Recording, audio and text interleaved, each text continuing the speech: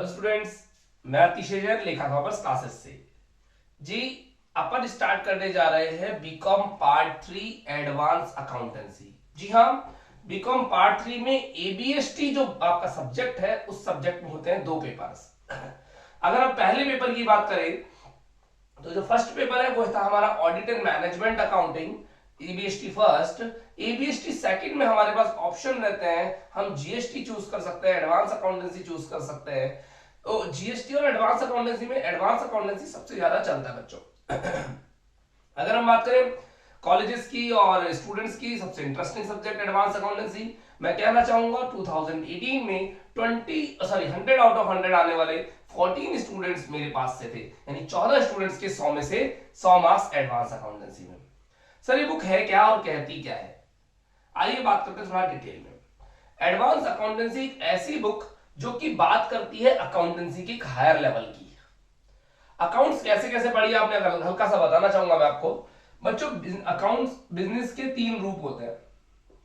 अगर हम बात करें बिजनेस, तो बिजनेस के 3 रूप होते हैं: सोल प्रोप्राइटरशिप, पार्टनरशिप और कंपनी। अगर हम बात करें सोल प्रोप्राइटरशिप की, तो सोल प्रोप्राइटरशिप की अकाउंट्स आपने 11th क्लास में पढ़ ली थी। 11th क्लास में याद दिलाना चाहूंगा, आप सभी ने डीके गोयल बुक पढ़ी होगी 11th क्लास में। 11th क्लास में क्या था? Journal, ledger, trial balance, final accounts, bills of exchange, depreciation और साथ में छोटे मोटे फाइनल अकाउंट्स विद एडजस्टमेंट वगैरह वगैरह छोटे मोटे चैप्टर्स और भी। इन सब चैप्टर्स में क्या बताया जाता था? एक सोल प्रोप्राइटर अपनी अकाउंटेंसी किस तरह से मैनेज कर सकता है।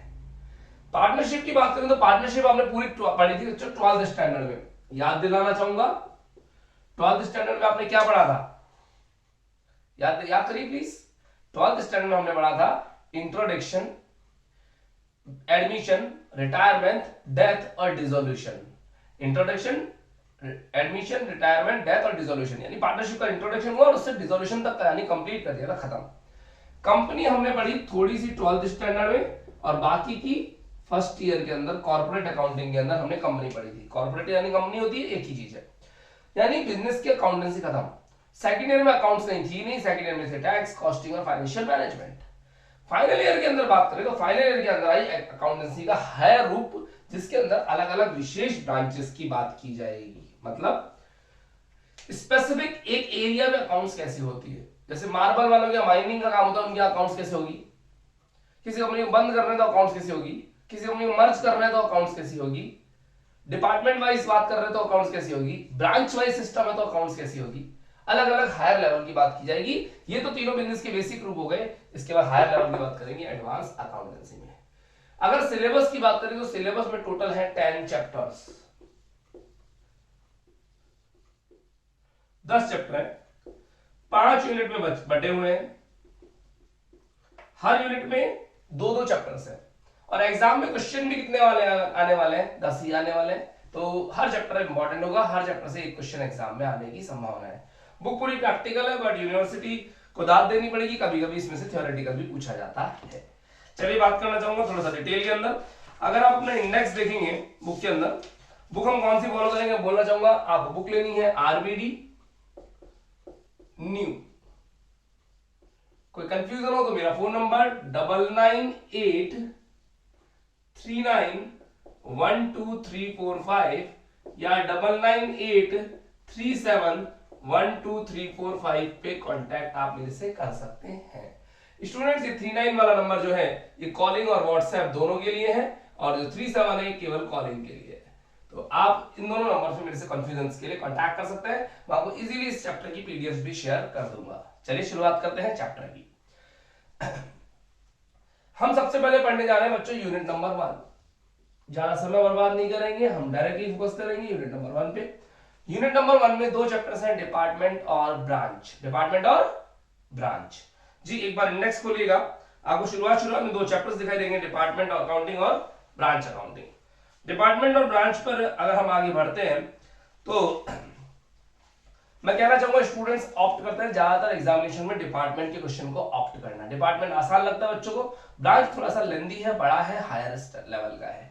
चलिए अब तो दोनों पढ़ेंगे, अपने को कोई मतलब नहीं है, हम दोनों की स्टडीज डिटेल में करेंगे। स्टूडेंट मैं आगे बढ़ने से पहले बोलना चाहूंगा कि आप वीडियो के रेजोल्यूशंस को बढ़ा सकते हैं और साथ ही साथ हाई रेजोल्यूशन में देखिएगा। ईयरफोन का यूज जरूर करें, ईयरफोन के बिना ना स्टडीज को आगे ना लें, और ब्राइटनेस मोबाइल की थोड़ी सी बढ़ा के रखिएगा ताकि आपको विजिबिलिटी अच्छी रहे और साथ ही साथ साउंड क्वालिटी भी बेटर आ पाए। तो प्लीज अपने ईयरफोन का यूज जरूर करिएगा।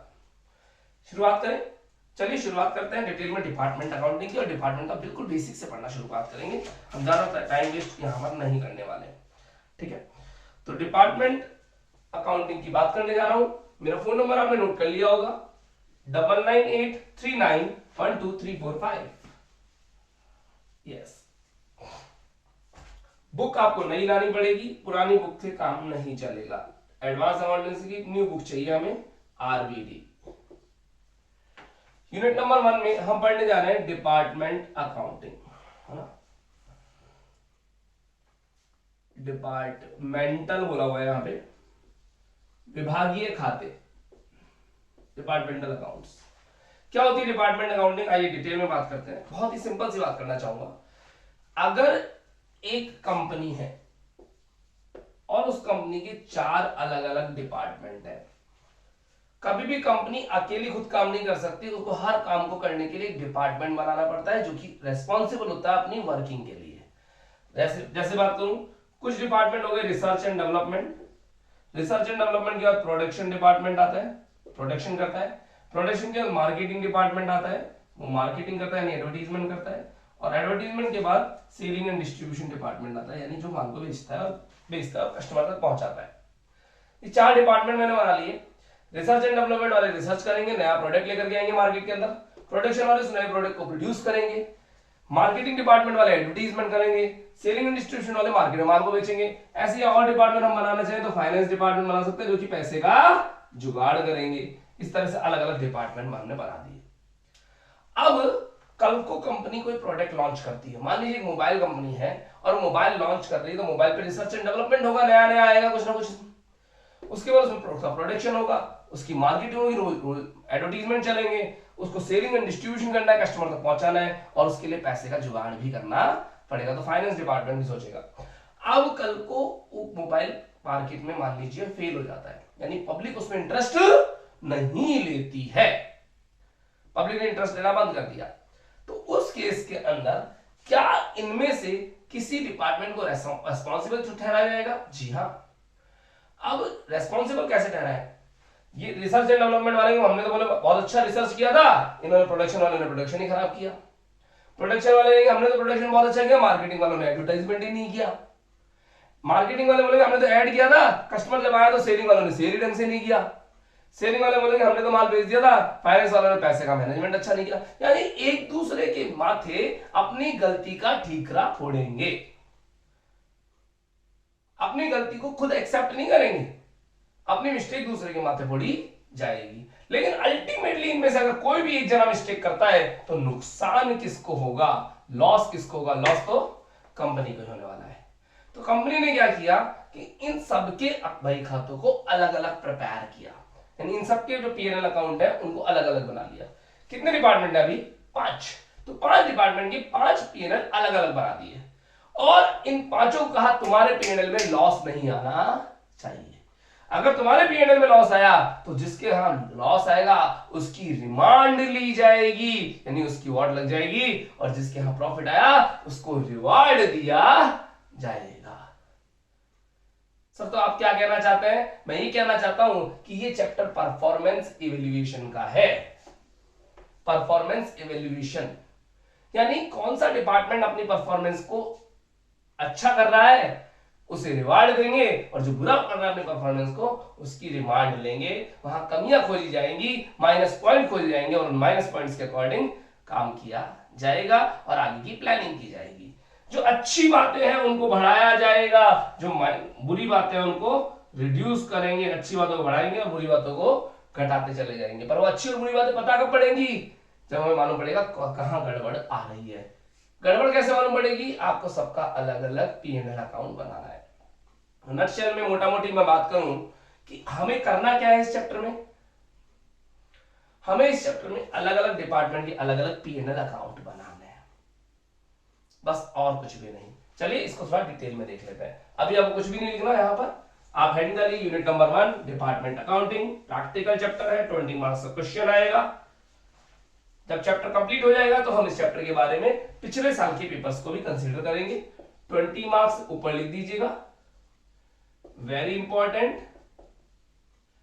और प्रैक्टिकल है थ्योरेटिकल, प्रैक्टिकल क्वेश्चन एग्जाम में, ठीक है।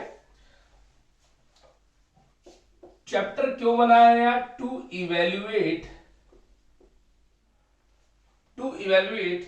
The department wise performance, the department wise performance.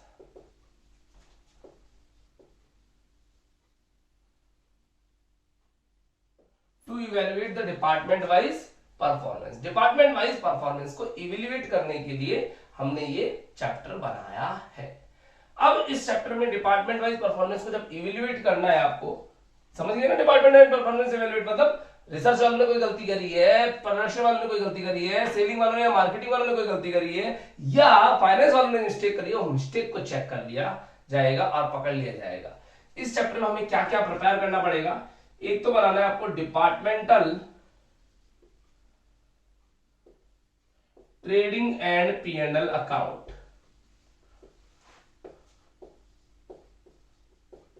Departmental trading and P&L account.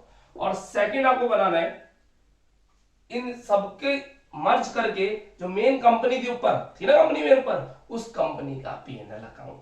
तो कंपनी का P&L अकाउंट को जनरल P&L अकाउंट बोल देते हैं, general P&L account. I repeat, मैं वापस रिपीट करना चाहूंगा, जो नीचे के 5 डिपार्टमेंट थे उनके P&L बनेंगे, उसको बोलेंगे डिपार्टमेंटल ट्रेडिंग एंड P&L। जो और जो कंपनी का मर्ज करके P&L बनेगा उसको बोलेंगे जनरल P&L अकाउंट। क्या ये बात समझ में आ रही है? ठीक है, इतना लिख लीजिए। अब जब यहां पर डिपार्टमेंट वाइज कहानी होगी तो बात को समझने की कोशिश करें। एक कंपनी है, उसके मैंने मान लीजिए बना दी 4 डिपार्टमेंट। अब इलेक्ट्रिसिटी का बिल आ गया। अब इलेक्ट्रिसिटी का बिल कंपनी तो झेलेगी नहीं, इन डिपार्टमेंट में तोड़ेगी, department A, B, C, D। अब इलेक्ट्रिसिटी का बिल चारों डिपार्टमेंट में बांटा जाएगा। कैसे बांटेंगे?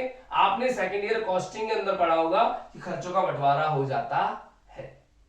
खर्चों को बांटने के लिए यहां पर इलेक्ट्रिसिटी बिल को हम एरिया वाइज तोड़ सकते हैं कि कौन सा एरिया, इस डिपार्टमेंट के पास 200 गज का एरिया है, इसके पास 600 गज का एरिया है, इसके पास 500 गज का एरिया है, इसके पास 400 गज का एरिया है।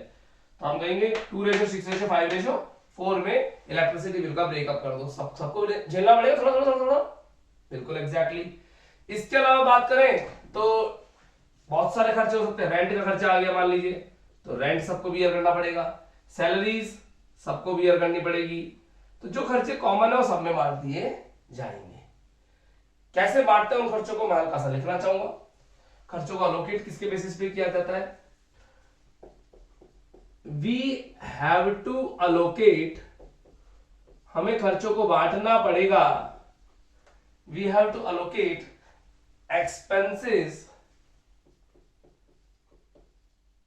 हमें खर्चों को बांटना पड़ेगा किसके बेसिस पे? On the basis of sales. Sales के बेसिस पे बांट सकते हैं कि जिनकी सेल्स ज्यादा हुई उसके हिसाब से, और सेल्स कम हुई उसके हिसाब से। On the basis of purchases, कोई खर्चा सेल्स के हिसाब से बढ़ता है, कोई परचेज के हिसाब से बढ़ता है, कोई एरिया के हिसाब से बढ़ता है, कोई लाइट के स्विचेस के हिसाब से बढ़ता है, कोई एम्प्लॉइज के हिसाब से बढ़ता है। डिपेंड करता है कौन सा खर्चा किसके हिसाब से बढ़ रहा है, वो आपको मैं सिखा दूंगा, कोई दिक्कत वाली बात नहीं है। On the basis of purchases. Third, sir chapter hard है इजी? इजी है बच्चों। On the basis of area, area के हिसाब से भी खर्चों को बांट देते हैं। Fourth, on the basis of direct wages, on the basis of direct wages, direct wages के बेसिस पे बांट दिया जाएगा। ऐसे बहुत सारे हैं। तो अदर्स के लिए आप क्या करें, बुक का पेज नंबर 1.2 देख सकते हैं। उस 1.2 में बहुत सारी लिस्ट दी हुई है, हमारे काम की नहीं है इसलिए मैं नहीं लिख रहा। मतलब जरा सा समझिएगा, सेकेंड ईयर कॉस्टिंग के अंदर खर्चों को बांटने के लिए इस तरह से बहुत सारे तरीके थे। उन तरीकों से हम किसी भी तरीके से खर्चों को बांट सकते थे। सर क्या करना है, अरे भाई आपके घर में अगर मान लीजिए 3 फ्लोर है, 3 मंजिल है, और 3 मंजिल पे अलग अलग 3 फैमिलीज रहती हैं, सिंपल सी बात है, और बिजली का बिल मीटर एक लगा हुआ है, तो बिजली का मीटर तीनों फैमिलीज में बांटेंगे नहीं बांटेंगे? बिल्कुल बांटेंगे। और उसका क्या रेशियो रहने वाला है, या तो इक्वल बांट सकते हैं कि 3 टुकड़े कर दो जो भी इलेक्ट्रिसिटी बिल आया उसका, नहीं तो क्या करेंगे, अगर किसी के यहाँ पे एसी लगा हो तो उसको ज्यादा देंगे, जिसके यहाँ एसी नहीं लगा उसको कम इलेक्ट्रिसिटी बिल बियर करना पड़ेगा। तो डिपेंड करता है हम क्या रेशियो रखते हैं, वो रेशियो कुछ भी हो सकता है, ठीक है ना। तो खर्चों को बांटने के लिए कुछ ना कुछ तरीके दिए हुए हैं। सेकेंड ईयर में रूल था जिसका बांटने का कोई तरीका पता नहीं है, अगर आपको बांटने का तरीका पता नहीं है कि किस खर्चे को कैसे बांटना है, तो डायरेक्ट वेजेस से ले लेते थे सेकेंड ईयर में। बट फाइनल ईयर में रूल है कि बाय डिफॉल्ट अगर आपको बांटने का तरीका पता नहीं है कि किसी खर्चे को कैसे बांटना है, तो तरीका लिया जाएगा कौन सा रेशो, सेल्स रेशो। तो एक नोट डाल देता हूं, या नहीं इधर डालेंगे, इफ रेशियो ऑफ डिस्ट्रीब्यूशन, खर्चों का बंटवारे के लिए रेशियो ऑफ डिस्ट्रीब्यूशन, खर्चों के बंटवारे के लिए ratio of distribution not given, question में नहीं पता हो, हमें दिया हुआ नहीं हो, वी हैव टू अलोकेट, हमको खर्चा कैसे बांटना पड़ेगा, on the basis of sales. अब एक इश्यू आएगा यहां पर कि सेकंड ईयर में जिन बच्चों ने पिछले साल ओवरहेड का चैप्टर नहीं पढ़ा, उनको ये बातें पता नहीं है, ओवरहेड के चैप्टर में आती थी, तो मैं क्लियरली बोलना चाहूंगा खर्चों का बंटवारा करना है, और बंटवारा करने के लिए सेकंड ईयर में कंसेप्ट होता है डायरेक्ट बेसिस के बेसिस बांटिए, फाइनल बेसिस से किसके बेसिस बांटिए, सेल्स के बेसिस पे बांटना पड़ता है, on the basis of sales. Sales जिस रेशियो में होगी उस रेशियो में खर्चों को बांट दिया जाएगा। अब बच्चों इसके बारे में डिटेल में बात तो क्वेश्चन के थ्रू करेंगे। कुछ खर्चे ऐसे होते हैं जो कि डिपार्टमेंट में बियर ही नहीं होते, बढ़ते ही नहीं है। जरा बताना चाहूंगा, ये कंपनी है, ये 4 डिपार्टमेंट है, अब कुछ खर्चा इन चारों में ऐसे अलग अलग खर्चे बढ़ते चले जाएंगे चारों में, है ना। कुछ खर्चे ऐसे होते हैं जो चारों डिपार्टमेंट्स में बियर होते ही नहीं है, फिर वो कौन भुगतेगा, कंपनी भुगतेगी। अरे भाई एक पेरेंट्स है, उसके 4 बच्चे हैं, सारे खर्चे चारों बच्चों में बांट देते थे। कई बार कुछ खर्चे ऐसे होते हैं जिनको बच्चे बियर ही नहीं करना चाहते, तो उनको कौन बियर करेगा, पेरेंट्स ही बियर करेंगे अल्टीमेटली। तो बिल्कुल ये पेरेंट्स की तरह है। आइए देखते हैं क्या कहना चाहता हूं मैं, जरा समझिएगा। आपके घर में किसी दूर के रिलेटिव की शादी है, इनके घर में, तो जो क्लोज रिलेटिव होती है उनकी शादी में तो बच्चे जाया करते थे, दूर के रिलेटिव की शादी में इन चारों ने जाने से मना कर दिया, तो अल्टीमेटली अब वहां पर कौन जाएगा, खुद कंपनी चली जाएगी। आइए बात करते हैं ऐसे कौन से एक्सपेंसेस इन चारों में बढ़ते ही नहीं है, कंपनी में बढ़ते हैं नहीं। एक मिनट, इन चारों में बढ़ेंगे तो कहां जाएंगे, डिपार्टमेंटल ट्रेडिंग पीएनएल में, और कंपनी में भी बियर करेगी तो कहां जाएंगे, वो डिपार्टमेंटल ट्रेडिंग पीएनएल में नहीं। अगला ऑप्शन क्या था, जनरल पीएनएल अकाउंट में चले जाएंगे। आई रिपीट, इस चैप्टर में आपको 2 चीजें बनानी है, डिपार्टमेंटल ट्रेडिंग पीएनएल और कंपनी के लिए जनरल पीएनएल। तो जो खर्चे डिपार्टमेंट में बढ़ रहे हैं वो डिपार्टमेंटल ट्रेडिंग पीएनएल में, और जो डिपार्टमेंट बियर नहीं करते वो किस में जाएंगे, जनरल पीएनएल, बोले तो कंपनी के अकाउंट्स में चले जाएंगे। देखते हैं कैसे और क्या कहना चाहता हूं। Few expenses can not allocate department wise, few expenses cannot allocate department wise. कुछ खर्चे ऐसे हैं जिन डिपार्टमेंट में वाइज नहीं बांटा जा सकता। दे विल चार्ज फ्रॉम, उन्हें कहां से चार्ज किया जाएगा, जनरल पीएनएल अकाउंट, उन्हें जनरल पीएनएल अकाउंट से चार्ज किया जाएगा। जो डिपार्टमेंट वाइज नहीं बढ़ रहा वो कहां चला जाएगा, कंपनी में चला जाएगा, और कंपनी के पीएनएल को क्या बोलते हैं, जनरल पीएनएल बोलते हैं। ठीक है, आप वीडियो को पॉज करके बीच में नोट कर सकते हैं अपने हिसाब से। ऐसे कौन कौन से खर्चे हैं जो कि डिपार्टमेंट्स में नहीं बढ़ते, डिविडेंड, आप खुद सोचिए, डिविडेंड बांटने का काम डिपार्टमेंट का है या कंपनी का है? कंपनी का है, तो डिपार्टमेंट में नहीं आएगा, किसमें जाएगा? कंपनी में चला जाएगा। इनकम टैक्स, आप खुद सोच सकते हैं इनकम टैक्स डिपार्टमेंट देंगे या कंपनी देगी? कंपनी देगी इनकम टैक्स, तो कंपनी में ही बांटा जाएगा, डिपार्टमेंट में नहीं आने वाला। डायरेक्टर्स फीस, डायरेक्टर्स फीस, ऐसे खर्चे जो कि डायरेक्टर फीस, डायरेक्टर्स को तनख्वाह, डिपार्टमेंट्स की क्या औकात है भैया डायरेक्टर्स को तनख्वाह देने की? डिपार्टमेंट की औकात है क्या? बताओ, आप खुद सोचो, क्या डिपार्टमेंट की इतनी वैल्यू है क्या कि डायरेक्टर्स को तनख्वाह दे देगा? नहीं नहीं नहीं नहीं, नहीं। डायरेक्टर्स को तनख्वाह कौन देगा? कंपनी देगी। Interest on capital, interest on capital,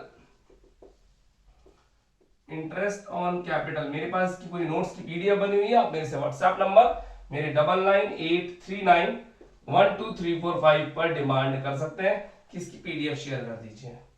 interest on capital, interest on debentures, interest on debentures, interest on debentures, debentures पर आने वाला इंटरेस्ट, और साथ ही साथ ट्रांसफर टू रिजर्व, अगर आपने कोई पैसा रिजर्व में ट्रांसफर किया है तो ट्रांसफर टू रिजर्व में चला जाएगा। इन सबको मिलाकर के मैं कहूंगा, इन सबको कहां से चार्ज किया जाएगा बच्चों? जनरल P&L अकाउंट से। तो अल्टीमेटली मैं कहना चाहूंगा इस चैप्टर में डिपार्टमेंट्स की कैलकुलेशन करनी है, कुछ नहीं करना। अभी तक आप P&L अकाउंट बना जाते थे एक कंपनी का, आप कंपनी के P&L अकाउंट्स का ब्रेकअप कर दिया है, अलग अलग अलग अलग अलग डिपार्टमेंट वाइज P&L बनाने आपको, और उन सबको मर्ज करके एक जनरल P&L भी प्रिपेयर करना है। कैसे होगा, क्या होगा, बताएंगे बाद में, पर ये सारे खर्चे वो खर्चे हैं जो कि डिपार्टमेंट में नहीं जाएंगे, वाइज नहीं बढ़ते, उसे बियर कौन करती है? कंपनी करती है, तो जनरल P&L में चले जाते हैं। खर्चों का बंटवारा करने के लिए आपको तरीका दिया जाएगा, अगर तरीका पता ना हो तो कौन लोगे आप? बाय डिफॉल्ट किसको लोगे बच्चों? सेल्स के लिया जाएगा। तो मैं क्या कहना चाहता हूं यहां पर कि अब हम शुरू करेंगे इलस्ट्रेशंस और क्वेश्चंस। बुक चलेगी हमारी आरबीडी बुक में इलस्ट्रेशंस और क्वेश्चंस के लिए हमें मूव करना पड़ेगा हमारी अगली क्लास की तरफ। स्टूडेंट्स, अगर आप ऑफलाइन क्लास लेना चाहते हैं तो हमसे संपर्क करें। हमारी क्लासेस गांधीनगर मोड़ पे सन टावर बिल्डिंग में चल रही है, और साथ ही साथ अगर ऑनलाइन क्लासेस लेना चाहते हैं तो हमारी एप्लीकेशन पे अवेलेबल है। कांटेक्ट के लिए 9983912345 नंबर पे हमसे जरूर कांटेक्ट करें। मैं अतिश जैन, लेखा कॉमर्स क्लासेस से। थैंक यू बच्चों, आज के लिए इतना ही।